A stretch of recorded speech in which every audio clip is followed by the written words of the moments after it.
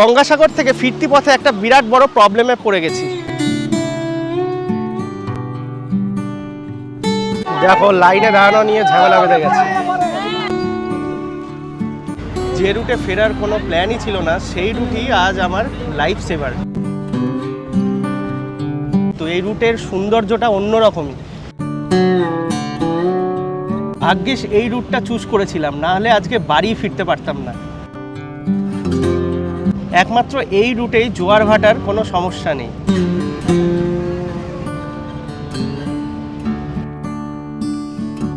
মারাত্মক একটা প্রবলেমে পড়ে গেছি। এর আগের ব্লগে তোমরা দেখলে যে আমি গঙ্গাসাগরে এসেছি, আর এই ব্লগটা শুরু করছি আমি একদম গঙ্গাসাগর থেকেই, মানে যেখানে গঙ্গাসাগরে মিশেছে। মানে একটা প্রবলেমে পড়ে গেছি বলতে এখন মোটামুটি 1:30 থেকে 1:45 বাজে।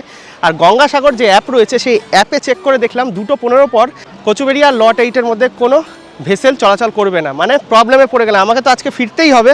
তো দেখা যাক অন্য যে মাধ্যম রয়েছে সেই মাধ্যমে আজকে ফিরবো। তোমরাও যদি এরকম প্রবলেমে পড়ে যাও ঠিক এইভাবে আমার মতো করে কিন্তু আরামসে ফিরে যেতে পারো। তো চলো সম্পূর্ণ যাত্রাপথটা আমি কিভাবে ফিরছি সেটা তোমাদের সাথে শেয়ার করব। দেখো এই স্নানঘাটের দিকে রাস্তায় মেলাও বসেছে।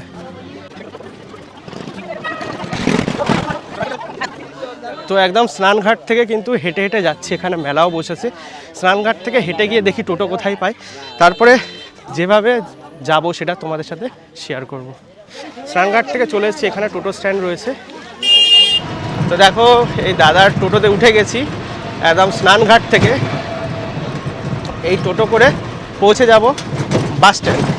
আর বাস স্ট্যান্ড থেকে কীভাবে যাই বেনুবন, যেহেতু আমি একা রয়েছি, এই দাদা বললো যদি একা যেতে চাও তাহলে টোটোটা পুরোই রিজার্ভ করে যেতে হবে বেনুবন ঘাটে। মোটামুটি 250 থেকে 300 টাকা পড়ে যাবে। তো সেই কারণেই আমি বাস স্ট্যান্ড যাই, তারপরে যেভাবে যাচ্ছি তোমাদের সাথে শেয়ার করছি।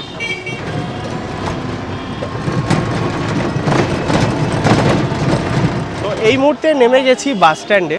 এই বাস স্ট্যান্ড থেকে আমি যাব 6-এর ঘেরি। হ্যাঁ, একজন বললেন 6-এর ঘেরি একটা মোড় রয়েছে, ওই 6-এর ঘেরি মোড়ে যাব, কারণ একার পক্ষে 300 টাকা দিয়ে ওই বেনুবন ঘাট যাওয়া সম্ভব না। এদিকে কচুবেড়িয়া আর লট 8-এর ভেসেল চলাচলও বন্ধ হয়ে গেছে, কারণ এখন প্রায় 2 বাজতে চলো, 2:15 লাস্ট ভেসেল, ওটা আমি পাবো না।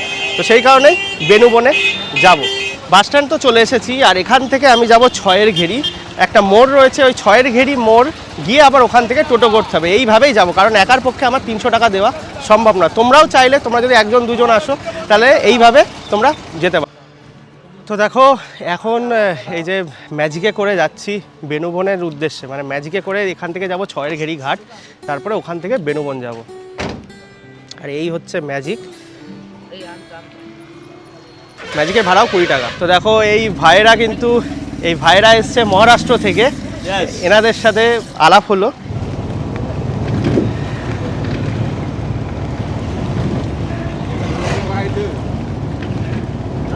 তো 20 টাকা দিয়ে নেমে পড়লাম 6-এর ঘেরি। এখান থেকে আবার যাব বেনুবন। এখানে টোটো রয়েছে। দাদা বেনুবন যাবে? ভাড়া কত? 20 টাকা। তো এখান থেকে এই 6-এর ঘেরি যে বাস স্ট্যান্ড রয়েছে, এখান থেকে বেনুবন যাওয়ার টোটো পেয়ে যাবে। এখান থেকে আবার 20 টাকা ভাড়া দিয়ে তোমাদের পৌঁছাতে হবে। গঙ্গাসাগর যে বাস স্ট্যান্ড রয়েছে ওই বাস স্ট্যান্ড থেকে 6-এর ঘেরি আসতে মোটামুটি সময় লাগলো ওই 15 মিনিট মতো। আবার এখান থেকে দাদাকে জিজ্ঞেস করলাম, বললো ওই 10-15 মিনিটই লাগবে। দেখা যাক কতক্ষণ সময় লাগে।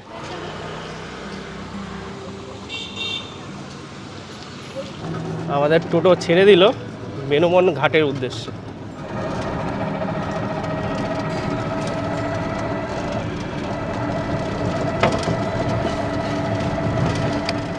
ছয়ের ঘেরির থেকে টোটোতে উঠে এখন আমাদের টোটো চেমাগুড়ি বাজারে দাঁড়ালো। এখানে অনেক প্যাসেঞ্জার নেমে গেল, আর আমি আরও এগিয়ে যাব বেনুবন ঘাটের দিকে।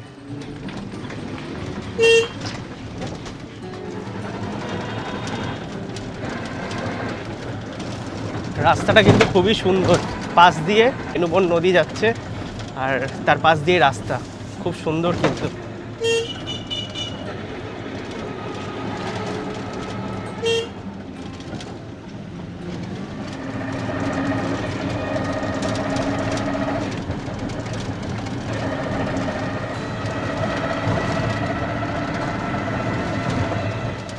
তো টোটোর থেকে তো নেমে গেলাম 20 টাকা ভাড়া দিয়ে। এই মুহূর্তে বেনুবন ঘাটে চলে এসেছি, থ্যাঙ্ক গড মানে বেনুবন ঘাটে চলে এসেছি, কারণ ওইদিকে কিন্তু ফেরি সার্ভিস পুরো বন্ধ হয়ে গেছে। আজকে আমার বাড়ি ফিরতেই হবে, সেই কারণে এখান দিয়ে আমি ফিরবো। আর তোমাদের আরও একটা কথা বলে দিই, যারা এরকম প্রবলেমের সম্মুখীন হবে তারা এই বেনুবন ঘাট দিয়ে বাড়ি পৌঁছাতে পারো, মানে বেনুবন হয়ে নামখানা হয়ে বাড়ি পৌঁছাতে পারো। তো সারাদিনও তো সেইভাবে কিছু খাওয়া হয়নি, ছুটতে ছুটতে এই বেনুবন ঘাটে চলে এসেছি, সেই কারণে একটু এনার্জি নেব। আর এনার্জি মানে কিন্তু ডাব খেয়ে নেব। দাদা জল হবে তো? ভালো জল হবে, একদম 500 গ্রাম জল হবে।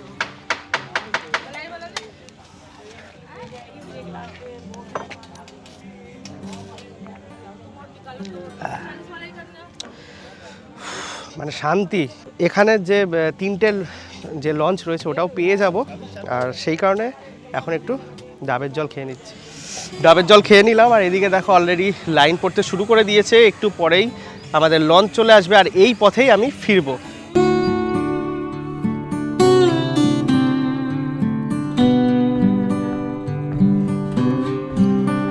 ঘাটের কাছে বসার জন্য দেখো জায়গা করা রয়েছে। এই জায়গাটা আগেই ছিল, আর এই সাইডে আরেও একটা জায়গা করা রয়েছে, নতুন করেছে। দেখো লাইনে দাঁড়ানো নিয়ে ঝামেলা বেঁধে গেছে। এদিকে পাশ দিয়ে সাইড দিয়ে আবার লাইন তৈরি করছে, কি অবস্থা। যেই লাইন হয়ে গেছে, মানে এই লাইনটা বেশ লম্বা হয়ে গেছে। দেখো যেই লাইনটা লম্বা হয়ে গেছে, পাশ দিয়ে আবার একটা লাইন তৈরি করছে, যে কারণে কিন্তু অলরেডি ঝামেলা বেঁধে গেছে। দেখো লঞ্চে যাওয়ার লাইন নিয়েও গন্ডগোল। बताओ वहाँ घुस गए।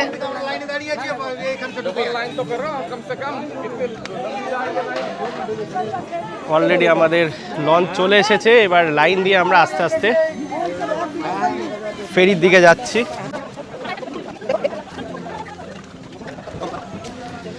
এখানে একটা ক্যানোপি ওয়াকও রয়েছে, মানে তলা দিয়ে যখন জোয়ারের জল আসে পুরো জলে পরিপূর্ণ হয়ে যায়। এখন যেহেতু ভাটা রয়েছে, দেখো এই ক্যানোপি ওয়াকটা মানে ফেরি সার্ভিসের পুরো ফেরিঘাটে যাওয়ার আগে এই ক্যানোপি ওয়াকটা খুব সুন্দর।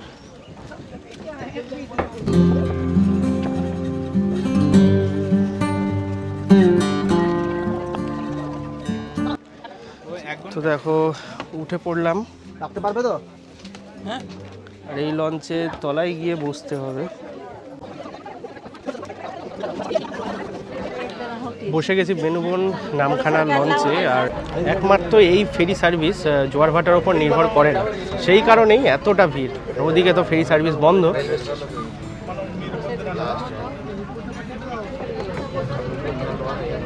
আর আমাদের লঞ্চ এখনই ছাড়বে, 3টে বেজে গেছে। যে রুটে ফেরার কোনো প্ল্যানই ছিল না, সেই রুটই আজ আমার লাইফ সেভার। মানে তোমরাও যদি এরকম প্রবলেমে পড়ো, হঠাৎ দেখো যে ওইদিকে কচুবেড়িয়া লট 8-এর ফেরি সার্ভিস বন্ধ, তাহলে এই রুটে আরামসে ফিরতে পারো।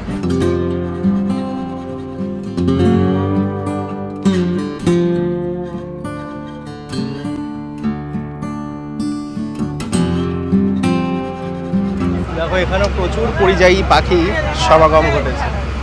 পাখি যেন আমাদের পথ দেখিয়ে নিয়ে যাচ্ছে।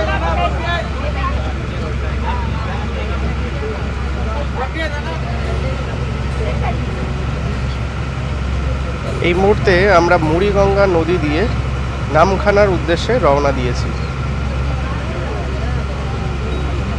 আর এখন মুড়িগঙ্গা নদীর ওপর দিয়ে যাচ্ছি।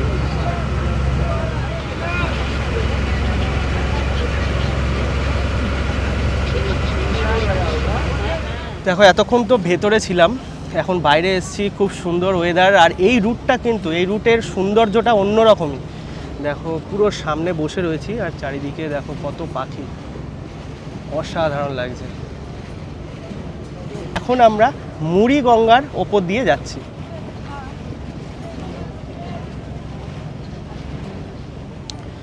ভাগ্যিস এই রুটটা চুজ করেছিলাম, না হলে আজকে বাড়ি ফিরতে পারতাম না। এই পথেও প্রচুর মাইগ্রেটরি বার্ড রয়েছে। এই পাখি যেন আমাদের পথ দেখাচ্ছে, আমাদের সামনে এগিয়ে পাখিরাই যাচ্ছে, ফার্স্টে পাখিরাই যাচ্ছে, তারপরে আমাদের লঞ্চ যাচ্ছে।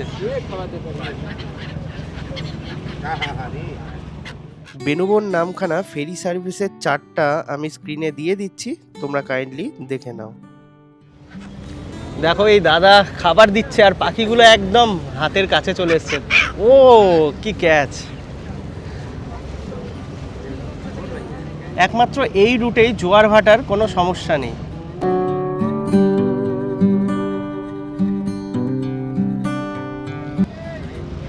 এখন আমাদের বোট যে জায়গা দিয়ে যাচ্ছে তার ঠিক ডান দিকে রয়েছে মৌসুনী দ্বীপ। দেখো একটু জুম করে দেখায়। দেখো এই যে এরিয়াটা দেখতে পাচ্ছ, এই দ্বীপটাই কিন্তু মৌসুনী দ্বীপ। ঠিক মৌসুনী দ্বীপের পাশ দিয়ে আমাদের বোট এগিয়ে যাচ্ছে। বেনুবন নামখানা ফেরি সার্ভিস পড়লো 40 টাকা।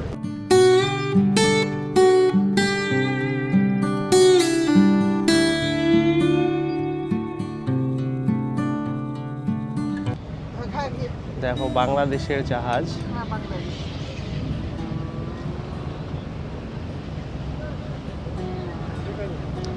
আর এটাতেও কিন্তু লেখা রয়েছে দেখো ঢাকা, মানে এটাও বাংলাদেশের।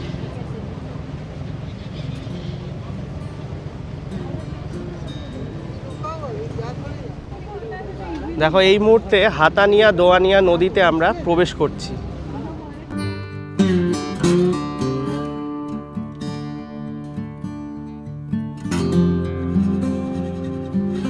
এই মুহূর্তে নামখানা ব্রিজ ক্রস করলাম আর আমরা প্রায় চলে এসেছি নামখানার যে ফেরিঘাট সেখানে। এই হচ্ছে নামখানা ফেরিঘাট। দেখ লিয়া।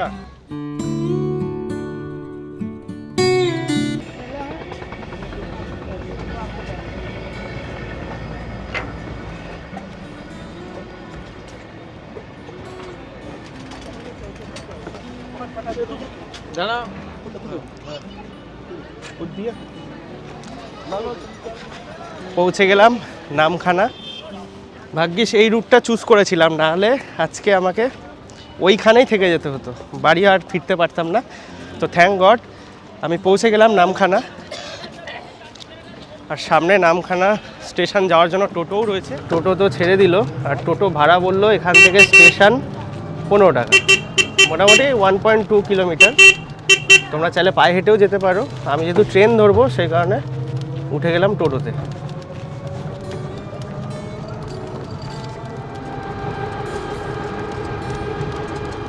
ফাইনালি পৌঁছে গেলাম নামখানা স্টেশনে। আর 4:38-এ এখান থেকে আমার ট্রেন রয়েছে। তো এই সম্পূর্ণ যাত্রাপথটা তোমাদের সাথে শেয়ার করলাম। যদি আমার মতো কোনো প্রবলেমে পড়ো, মানে হঠাৎ যদি শুনতে পাও যে ওদিকে ভেসেল বন্ধ, তাহলে এই পথে আরামসে তোমরা শিয়ালদা পৌঁছে যেতে পারো। মানে আরামসে এই পারে আসবে, বেনুবন থেকে নামখানা আসবে, তারপরে ট্রেন ধরে শিয়ালদা। তো এবার আমি নামখানা স্টেশনে চলে যাব, তারপর ট্রেন ধরে শিয়ালদা যাব। তো আমি এই ভিডিওটা এখানেই শেষ করছি। আশা করছি এই সম্পূর্ণ ইনফরমেটিভ ভিডিওটা তোমাদের ভালো লেগেছে। তো যদি ভালো লেগে থাকে লাইক শেয়ার কমেন্ট করতে ভুলো না। আর চ্যানেলটা তো অবশ্যই সাবস্ক্রাইব করে রেখো এরকমই আরও ইন্টারেস্টিং আর ইনফরমেটিভ ভিডিও পাওয়ার জন্য। তো দেখা হচ্ছে নেক্সট ভিডিওতে।